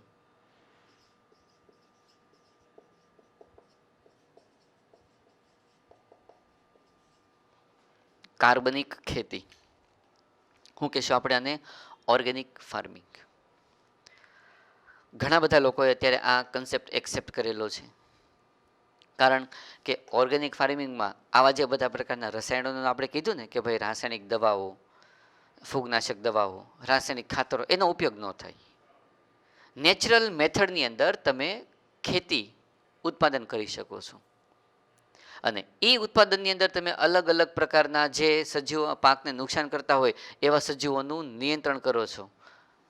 એ વાત પણ હકીકત છે. તો એના માટે થઈને શું કરવું પડે? તો કે ભાઈ એ જે ઓર્ગેનિક ફાર્મિંગ કરતો જે ખેડૂત હોય કે જે વ્યક્તિ હોય એને ખબર હોવી જોઈએ કે ભાઈ એના ખેતરની અંદર કે એના વિસ્તારની અંદર જ્યાં એને ખેતી કરવાની છે ત્યાં કયા કયા પ્રકારના સજીવો જોવા મળે છે, એના ખેતરની અંદર કયા કયા પ્રકારના એવા સજીવો છે કે જે હાનિકારક સજીવોનું ભક્ષણ કરી જાય. હું તમને સિમ્પલ એક્ઝામ્પલ આપું કે ભાઈ શરીર ઉપર લાલ અને કાળા ટપકા હોય ને એવા પ્રકારનું એક કીટક જેને કહેવામાં આવે છે લેડી બર્ડ.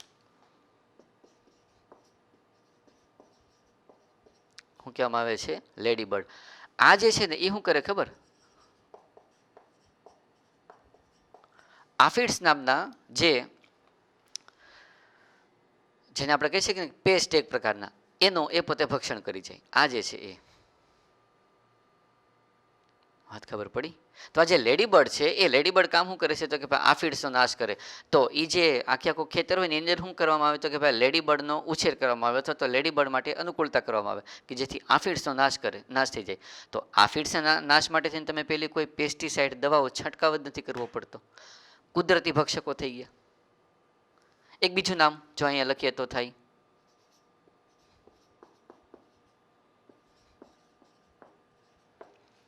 Dragon fly.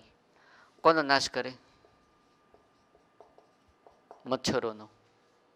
મોટા કદની માખી. તો આપોઆપ મચ્છરોના નાશ માટે થઈને તમારે કોઈ દવા છંટકાવ કરવો જ નથી પડતો. આનો તમે ઉછેર કરો અથવા તો આને તમે ગ્રો કરો એટલે મચ્છરો આપોઆપ દૂર થશે, કારણ કે એ તો આનો ખોરાક થઈ ગયો. ખબર પડી ગઈ? જો આ બધી વાત એવી છે કે જે તમે બહુ ઇઝીલી સમજી શકશો. મેઇન પોઈન્ટ છે ને એના ઉપર હું જલ્દી આવું છું. બરાબર? ખેડૂત પોતે શું કરે તો કે જે ઓર્ગેનિક ફાર્મિંગ કરતા હોય એ પોતાના ખેતરમાં મેક્સિમમ જૈવ વિવિધતા આવે, કારણ કે તમારે આના નાશ માટે થઈને આવી કેટલી બધી માખીઓ યુઝમાં લેવી પડે, આના નાશ માટે થઈને આવા કેટલા બધા સજીવો યુઝમાં લેવા પડે. આવા તો કેટલા બધા હોવાના ને કે જે પાકની ગુણવત્તા સુધારે, પાક ઉત્પાદન વધારે. તો ખેડૂત હંમેશા એ વ્યક્તિ હંમેશા શું ઈચ્છે કે એના વિસ્તારની અંદર મેક્સિમમ સજીવો જોવા મળે કે જે આવી રીતે પાક ઉત્પાદનમાં એને મદદ કરે. એ વ્યક્તિને પાછી ખબર હોવી જોઈએ કે ભાઈ કોઈ કીટક જે છે એ કીટકનું જીવનચક્ર એના કયા સ્ટેજમાં એ પાકને વધારે નુકસાન કરશે. એના ઈયળના ફોર્મમાં, એના પુખ્ત એ પોતે મેચ્યોર થાય ત્યારે કે પછી ક્યારે. વનસ્પતિના કયા ભાગને નુકસાન કરશે, એના પર્ણને, ફ્રૂટને કે પછી એના મૂળને. આ બધી બાબતોનો એને અંદાજ હોવો જોઈએ. જીવનચક્ર કેવું છે, કેટલા પ્રકારના સજીવો છે, જીવનચક્રના કયા તબક્કામાં નુકસાન કરે છે, બધી ખબર હોવી જોઈએ. પછી એ પોતે આગળ વધી શકે. નોલેજ એની પાસે હોવું જોઈએ. અને એના માટે થઈને એના વિસ્તારમાં મેક્સિમમ જે વિવિધતા હોવો જોઈએ. Flora and ફોના. ફ્લોરા એટલે વનસ્પતિ સમૂહ અને ફોના એટલે પ્રાણી સમૂહ. જેમ વનસ્પતિ સમૂહ વધારે હોય તો એને સરખી રીતે મેન્ટેન કરવા માટે થઈને આવા બધા પ્રકારના સજીવો પણ વધારે કરવા પડે ને એને. સમજાણી વાત? બરાબર? એક નામ લખું છું, હવે જોજો બધાય. બેસિલસ થુરિન્જીએન્સિસ. થોડુંક નવું નામ આવ્યું પાછું. ટૂંકમાં એને શું લખવામાં આવે છે ખબર? Bacillus thuringiensis, BT. બરાબર? આ એક પ્રકારના બેસિલસ થુરિન્જીએન્સિસ એટલે શું થઈ ગયા? એક પ્રકારના સૂક્ષ્મજીવ, એક પ્રકારના માઇક્રોબ્સ, બેક્ટેરિયા. એ કોના નાશ માટે થઈને વપરાય ખબર?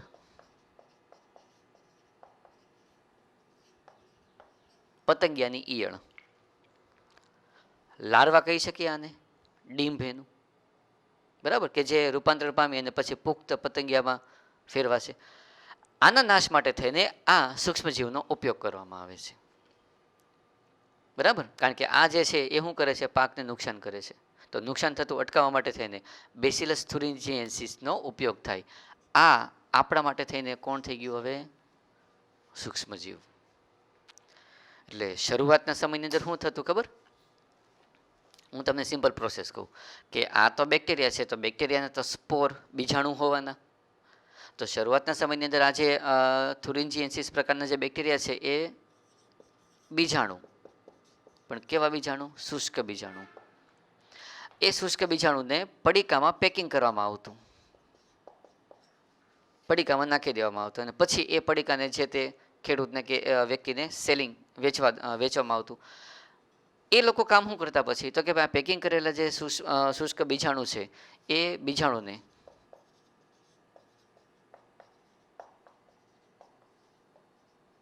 શું કરે? પાણી સાથે ભેળવી અને વનસ્પતિ ઉપર છંટકાવ કરે. ધારો કે ફ્રૂટ, ધારો કે વનસ્પતિના પર્ણ, બ્રાસિકા પ્રકારની જે વનસ્પતિ છે, પ્રજાતિની વનસ્પતિ છે, એ પછી ઘણી બધી ફ્રૂટ ઉત્પન્ન કરે એવી વનસ્પતિ છે, એની ઉપર આ પાણી સાથે ભેળવી એનો છંટકાવ કરે. છંટકાવ કરે એટલે બીજાણુ જે છે એ પાણી સાથે એ વનસ્પતિના પર્ણ ઉપર સપોઝ ગયા.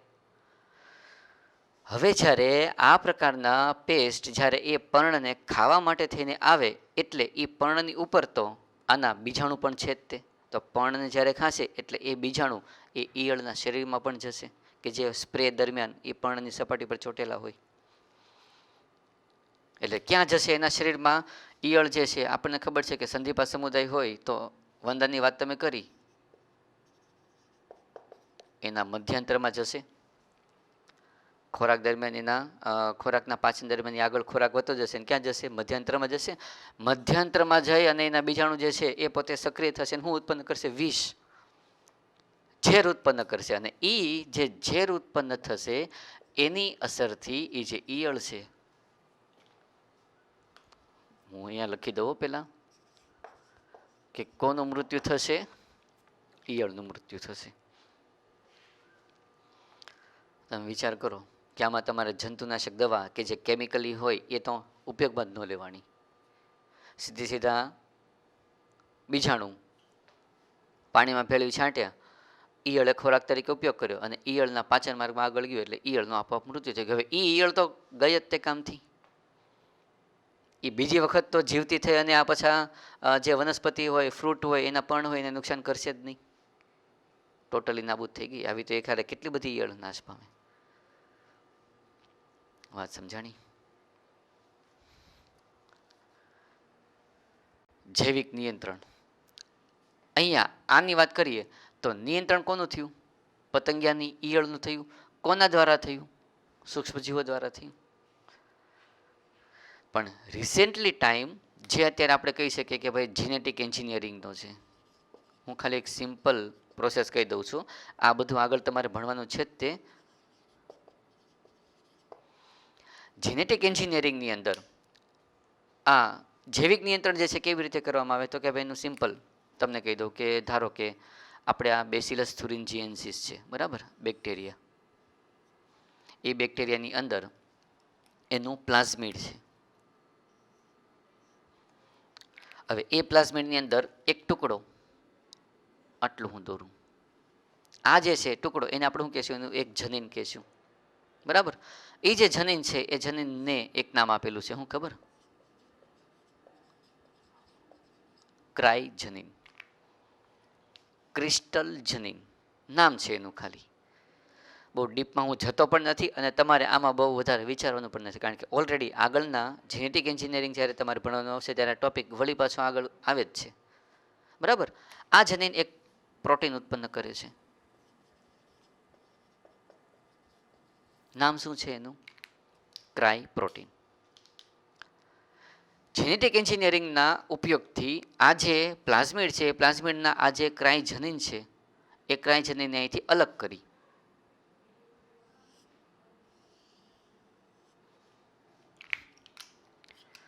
અને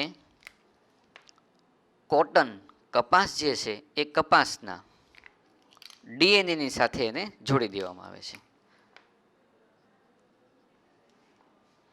શું કર્યું?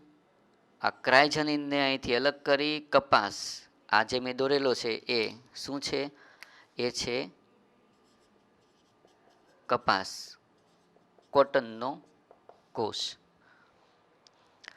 અહીંયાથી જનીન દૂર કર્યું અને એ જનીનને કોની હારે જોડ્યું? આના સેલની સાથે, આના ડીએનએ સાથે. તો એ પહેલાં આ જે કોટનનો સેલ છે એમાંથી આટલો ટુકડો મેં દૂર કરી દીધો હશે ને, આના મુખ્ય ડીએનએનો, અને એ ટુકડો જે દૂર થયો સેમ એ જ તે સાઈઝનો ટુકડો અહીંયાથી મેં દૂર કર્યો. આ આખું ફંક્શન હું જેટલું કહું છું તમે જે રીતે સાંભળો છો, ઇઝી નથી. ઘણા બધા પ્રકારના ઉસેચકોનો ઉપયોગ થાય, કારણ કે અહીંથી તમારે ડીએનએ ભાગ તોડવાનું છે ને અહીંયા પાછું એને જોડવાનું છે, બરાબર. એ ઉસેચકો કયા છે, એનું નામ શું છે, બધું આગળ ઉપર આવવાનું છે. પણ અત્યારે ખાલી એક સિમ્પલ પ્રોસેસ સમજવાની કે ટુકડો ક્રાયજનીન અહીંથી છૂટો કરી અને એના જ તે માપનો ટુકડો અહીંથી પહેલાં દૂર કરીને પછી છૂટા કરેલા ટુકડાને અહીંયાથી આપણે જોડી દીધું. હવે આ સેલ જે છે યાદ કરો, પ્રયોગશાળાની અંદર તમે આ એક સેલમાંથી અનેક સેલ બનાવી શકો પોષક માધ્યમમાં, બરાબર. એટલે આ જે આખો સેલ છે એ સેલમાંથી તમે હવે શું કરવાના છો? તો કે ભાઈ એને પ્રયોગશાળામાં કેટલા બધા સેલ બનાવી એની ટિશ્યુ, એની પેશી જે છે એ નિર્માણ કરશો. પછી કોઈ એક સમયે એમાંથી આખો નવો છોડ જે છે એ બનાવશો. આ એક સિમ્પલ અન્ડરસ્ટેન્ડિંગ, બરાબર. આ કોટન પ્લાન્ટ થઈ ગયો. તો આ સેલમાંથી જ તે આ વનસ્પતિ આખી આખી બનેલી છે. તો હું એવું કહી શકું કે આના દરેકે દરેક કોષની અંદર આ ક્રાય જનીન રહેલું છે. કારણ કે આ એક જ સેલમાંથી, યાદ કરો, સંપૂર્ણ ક્ષમતા કે વનસ્પતિના કોષની અંદર એક કોષમાંથી આખે આખો દેહ બનવાની ક્ષમતા છે જ તે. તો આખે આખો દેહ આ એક જ સેલમાંથી બનેલો છે. તો આના દરેકે દરેક કોષમાં આ જનીન તો હોવાનું જ તે. હવે એ જનીન આની અંદર હોય તો સીધી વાત થઈ ગઈ કે આ વનસ્પતિના અંદર ક્રાય પ્રોટીન પણ બનેલું હોય. અને અગત્યની વાત છે ને એ હવે હું તમને કહું કે આ જે ક્રાય પ્રોટીન છે ને, એ ક્રાય પ્રોટીન જ્યારે આ જે ઈયળ હોય ને એ ઈયળના મધ્યાંતરમાં જાય ને એટલે ત્યાં મધ્યાંતરમાં શું થાય? સક્રિય થાય.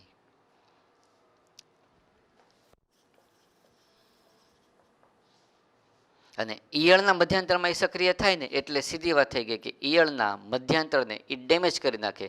ઈયળના મધ્યાંતરમાં એ વિષ ઉત્પન્ન કરે અને એ ઈયળનું મૃત્યુ પ્રેરે.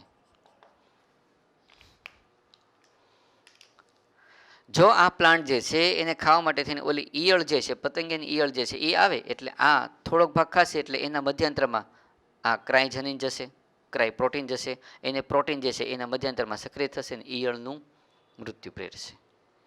તમે વનસ્પતિ આખી આખી એવી બનાવી નાખી ને કે જે વનસ્પતિ આ ઈયળનો નાશ કરે છે. તમારે ઈયળના નાશ માટે થઈને કોઈ દવાનો છંટકાવ જ નથી કરવો પડતો. જેનેટિક એન્જિનિયરિંગ આ છે કે કુદરતમાં અવેલેબલ ન હોય એવો વનસ્પતિનો છોડ તમે બનાવી નાખ્યો. હવે એક નામ લખું. આ વનસ્પતિને આપણે શું કહીશું ખબર? BT cotton. કદાચ તમે આ નામ સાંભળ્યું હોય. હું કામ બીટી કોટન કીધું ખ્યાલ આવ્યો? કારણ કે એની અંદર આ બેસિલસ થુરિન્જીએન્સીસ પ્રકારના જે બેક્ટેરિયા છે એનું જનીન છે. બીટી નો મતલબ શું થઈ ગયો? બેસિલસ થુરિન્જીએન્સીસ. અને એ જનીનની મદદથી એની અંદર આપણે એવું ડેવલપમેન્ટ કર્યું કે જે ઈયળનો આપોઆપ નાશ થઈ જાય. એ ઈયળના નાશ માટે થઈને તમારે કોઈ દવાઓનો છંટકાવ કરવો જ નથી પડતો. સીધી વાત થઈ ગઈ. વાત ખબર પડી કે આ જે સૂક્ષ્મજીવ છે એ આવા પ્રકારની ઈયળ હોય એના નિયંત્રણ માટે ઉપયોગી છે. ખાલી આ એક સૂક્ષ્મજીવ નહીં, ઘણા બધા એવા છે. ટ્રાયકોડરમાં કે જે મુક્તજીવી ફૂગ છે એ તે ઘણા બધા સૂક્ષ્મજીવો માટે થઈને હાનિકારક છે. બરાબર? એ પણ આ વનસ્પતિના છોડને એ પોતે આ એક પ્રકારની શક્તિ આપે છે કે આ ઈયળ કે પછી કે કીટકો એની સામે લડી શકે. એના મૂળતંત્રની આસપાસ વિકસે અને એ મૂળતંત્રને ઇમ્યુનિટી જે છે એ આપે. ઘણી બધી એવી બાબતો છે. એક નામ હું બીજું લખી નાખું. બકુલો વાયરસ. આપણે જસ્ટ ખાલી ઇન્ફોર્મેશન આપી દઉં. બકુલો વાયરસ ન્યુક્લિયો પોલીહાઇડ્રો પ્રજાતિના વાયરસ છે. હવે એ બધા વાયરસ કેવા ખબર? પર્ટિક્યુલર કોઈ એક ગ્રુપને જ તે નુકસાન કરે. એક્ઝામ્પલ તરીકે કીટકો અને સંધિપાદ આને જ નુકસાન કરે. બાકીના કોઈ પણ પ્રકારના જે સજીવ હોય ને એને વાયરસ નુકસાન ન કરે. એટલે એ વાયરસનો સ્પેશિયલ ઉપયોગ ક્યાં થાય? તો કે ભાઈ આઈપીએમ, ઇન્ટિગ્રેટેડ પેસ્ટ મેનેજમેન્ટ પ્રોગ્રામમાં. હવે વનસ્પતિને જ્યારે તમે ઉછેર કરતા હોય અને કોઈ પ્રોગ્રામમાં તમારે એ વનસ્પતિને સપોઝ દેખાડવી હોય તો એ વનસ્પતિને કોઈ કીટક કે સંધિપાદીઓથી રોગ ન થાય, નુકસાન ન થાય એના માટેનું પ્રોટેક્શન આપવું પડે. તો શું કરવામાં આવે? તો કે ભાઈ એ વનસ્પતિને વાયરસની સાથે, મતલબ કે એ વનસ્પતિ સાથે વાયરસને પણ ઉછેરવામાં આવે, રાખવામાં આવે. તો જ્યાં સુધી વાયરસ હશે ત્યાં સુધી કીટકો કે સંધિપાદ એની નજીક નહીં આવી શકે. એનાથી એને પ્રોટેક્શન મળશે. બકુલો વાયરસ કે જે ન્યુક્લિયો પોલીહાઇડ્રો પ્રજાતિના વાયરસ છે અને એ કીટકો અને સંધિપાદીઓમાં રોગ ઉત્પન્ન કરે. બાકીના કોઈ આ ગ્રુપ સિવાયના સજીવોને નુકસાન નથી થતું. ટ્રાયકોડરમાં મુક્તજીવી ફૂગ, કીટકો, ઘણા બધા પેસ્ટ જે છે એની સામે પોતે નુકસાન થતું હોય એની સામે એને પ્રોટેક્શન આપે છે. વાત સમજાણી? બરાબર? તો ખાસ આટલી વાત જે છે એ માઇન્ડમાં સેટ કરવાની કે આ બે રીતે તમે સૂક્ષ્મજીવોનો ઉપયોગ જોઈ શકો. પેકિંગ કરી અને જેનેટિક એન્જિનિયરિંગની મદદથી સીધો પ્લાન્ટ બને. આવા કેટલા બધા પ્લાન્ટ આ બેસિલસ થુરિન્જીએન્સીસની મદદથી તૈયાર કરવામાં આવેલા છે. બીટી કોટન, બીટી રીંગણ, કેટલું બધું છે. બરાબર? તો આટલું જોઈ લો, તમે સ્ક્રીનશોટ લઈ લો. પછી આપણે નેક્સ્ટ પોઈન્ટ જોઈએ.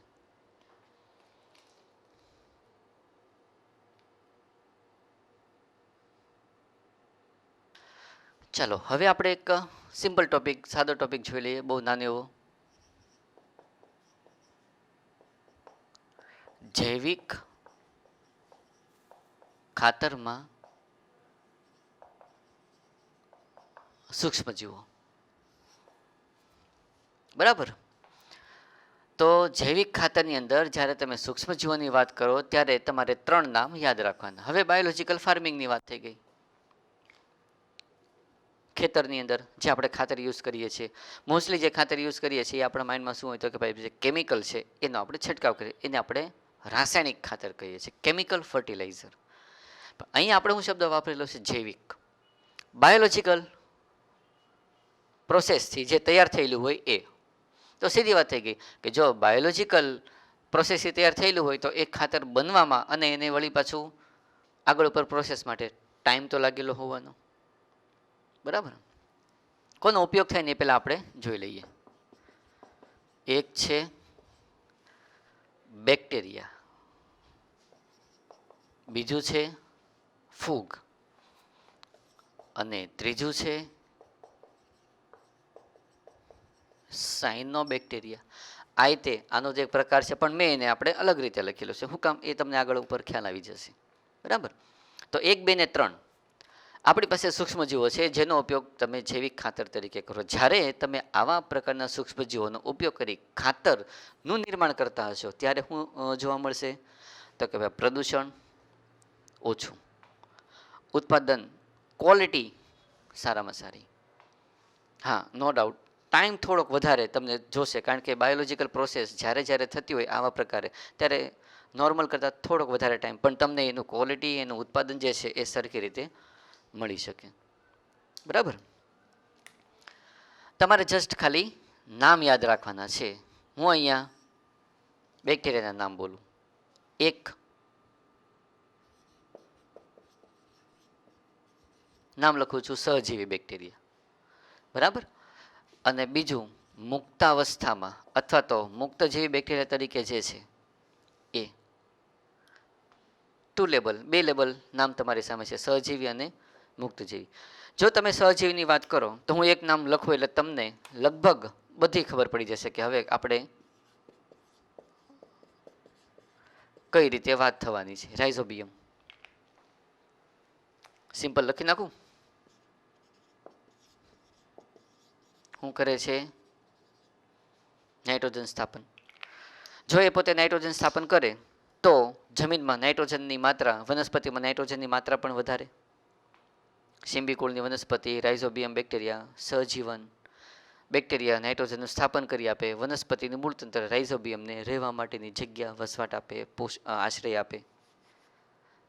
આ વાત ક્લિયર? આની જેવું જ કામ અહીંયા થાય છે.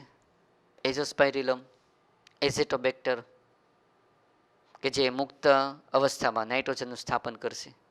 બરાબર. એટલે એ એક્ઝામ્પલ તમારે યાદ રાખવાના કે 2 એઝેટોબેક્ટર અને સેકન્ડ કયું છે? એઝોસ્પાયરિલમ.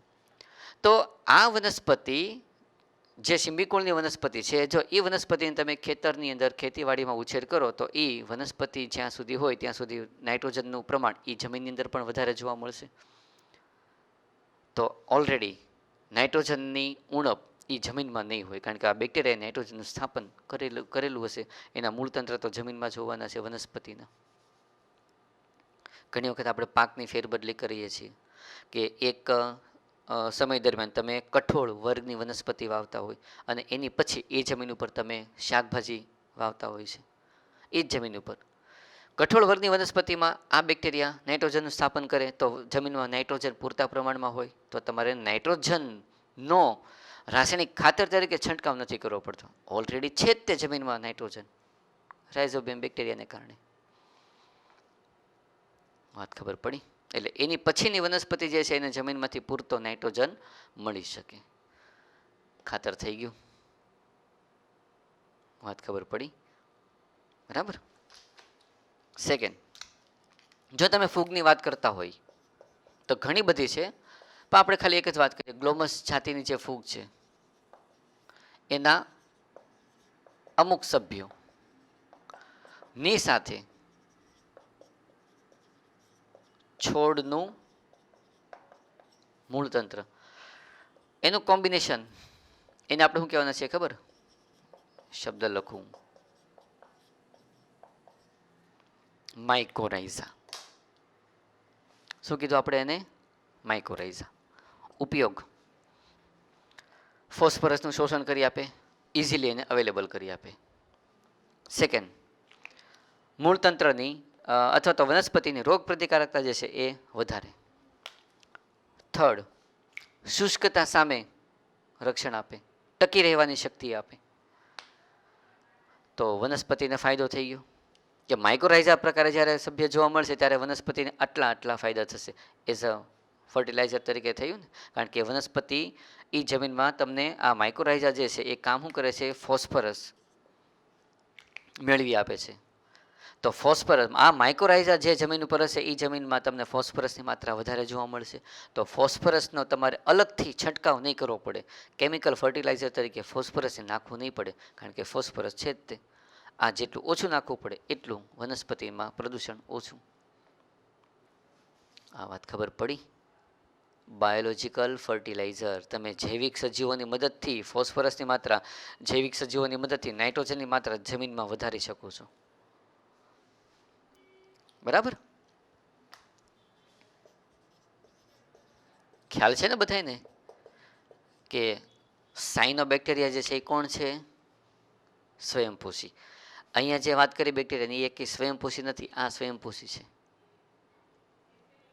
ખબર પડી? નોસ્ટોક, એનાબીના, ઓસિલેટોરિયા, આ બધા એના સ્વયંપોષીના એક્ઝામ્પલ થઈ ગયા કે જે પ્રકાશ સંશ્લેષણ કરી અને કાર્બનિક દ્રવ્યનું નિર્માણ કરશે. તો સાયનોબેક્ટેરિયા જે જગ્યાએ હશે એ જગ્યાએ, એ જમીનમાં, પાણીમાં કે સ્થળીય કે જલીય, એ જગ્યાએ તમને કાર્બનિક દ્રવ્ય વધારે જોવા મળશે, કારણ કે કાર્બનનું સ્થાપન, પ્રકાશ સંશ્લેષણ ત્યાં થયેલું હશે. તો એ જમીનમાં કાર્બનિક દ્રવ્યની માત્રા પુષ્કળ હશે. ખાસ કરીને સાયનોબેક્ટેરિયા જે છે ક્યાં જોવા મળે ખબર? ચોખાના કે પછી ડાંગરના ખેતરોમાં આ બેક્ટેરિયા વધારે જોવા મળે. એક્ઝામ્પલ ખાસ યાદ રાખજો, નોસ્ટોક એનાબીના, બરાબર, ઓસિલેટોરિયા. ચોથું પણ હું લખી નાખું, બ્લુ ગ્રીન આલ્ગી. આ નામ તમારે યાદ રાખવાના છે, હું અહીંયા લખતો નથી કારણ કે ઓલરેડી બધા નામ આવી ગયેલા છે. શું કામ કરશે? સ્વયંપોષી હોવાથી જમીનની અંદર ભીની જમીનમાં હોવાના એટલા માટે થઈને ત્યાં પ્રકાશ સંશ્લેષણ થાય. પ્રકાશ સંશ્લેષણ થાય એટલે શું થાય? તો કે ભાઈ એટલે એ જમીનમાં કાર્બનિક દ્રવ્યની માત્રા વધે. હવે કાર્બનિક દ્રવ્યની માત્રા વધે તો એ વનસ્પતિ દ્વારા શોષી શકાય, એ પ્રકારનું ખાતર થઈ ગયું. જમીને જ આખી કહી શકાય ને કે ખાતરના ફોર્મમાં, એમાં તમને પોષક તત્વો વધારે જોવા મળશે. વાત ખબર પડી? સમજાણું? ક્લિયર? તો જૈવિક ખાતરમાં તમે બેક્ટેરિયા, ફૂગ અને સાયનોબેક્ટેરિયા જેવા સજીવોનો ઉપયોગ કરી, માઇક્રોબ્સનો ઉપયોગ કરી અને શું કરો છો? ખાતરનું નિર્માણ કરો છો, જેમાં પ્રદૂષણ નહીવત. ક્વોલિટી તમને આ ખાતરની જે છે કેવી જોવા મળશે? સારામાં સારી. ખ્યાલ આવ્યો? હવે હું એક વાક્ય બોલું જે મેં સ્ટાર્ટિંગમાં તમને કીધું હતું કે આપણા લાઈફની અંદર કોઈ પણ ફિલ્ડ એવું નથી કે જે સૂક્ષ્મજીવો ત્યાં ટચ ન થતા હોય, એને સ્પર્શતા ન હોય. ઘરગથ્થુ ઉત્પાદનમાં, ઇન્ડસ્ટ્રીયલ લેવલે તો ડ્રિંક્સની બનાવટમાં, મેડિકલ ક્ષેત્રમાં, ખાતરમાં, જૈવિક નિયંત્રણ, એગ્રીકલ્ચર આખે આખો વ્યૂ થઈ ગયો, એગ્રીકલ્ચર આખે આખો પોર્શન થઈ ગયો, સીવેજ ટ્રીટમેન્ટ પ્લાન્ટ્સમાં. હવે બાકી શું રહ્યું? તમે જ વિચાર કરો ને. બધા ફિલ્ડમાં તમને સૂક્ષ્મજીવો જે છે એ જરૂરી બને છે. બરાબર? ક્લિયર? બરાબર. હવે ખાસ તો ઇન્ફોર્મેશન માટેનું આ આખું ચેપ્ટર અને એમાં બધા નામ જે છે અને એના ઉપયોગો હતા, એટલે તમારે કન્સેપ્ચ્યુઅલી જોવા જઈએ તો બહુ વધારે આ ચેપ્ટરમાં નથી. બરાબર? નામ યાદ રાખવાના છે અને એનું મહત્ત્વ, એનું ઉપયોગિતા જે છે એ શું છે એ યાદ રાખવાની છે. બરાબર? તો લેક્ચર અહીંયા આપણે ફિનિશ કરીએ, સાથે સાથે ચેપ્ટર 10 જે છે એ પણ ફિનિશ કરીએ. બરાબર? નેક્સ્ટ ટાઈમ જ્યારે આપણે મળવાનું થાય ત્યારે આપણે આની કરતાં થોડુંક આગળનું જે કે આપણું પોર્શન છે એ ચલાવશું. એ પહેલાં ખાસ અહીંયા તમે જે બોર્ડવર્ક છે એ જોઈ લો, એનો સ્ક્રીનશોટ લઈ લો. આ વસ્તુ જ્યાં છે ને, આ બધી વસ્તુ ત્યાં તમારે શું કરવાનું છે? એક્ઝામ્પલ યાદ રાખવાના છે. બરાબર? જે ઓલરેડી તમારી સામે અગાઉના ટાઈમમાં આવી જ ગયેલા છે, એટલા માટે થઈને અહીંયા લખેલા નથી. ચલો એસએસ લઈ લો પહેલાં.